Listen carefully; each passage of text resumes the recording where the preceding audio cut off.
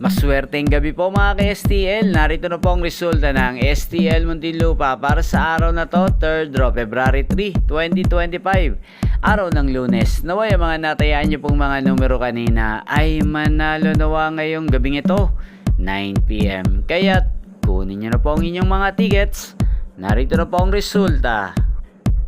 Ang mga numerong nanalo sa STL Muntinlupa ngayong gabing ito, February 3, 2025, 9 PM. Third draw result, 27 at 17 in exact order.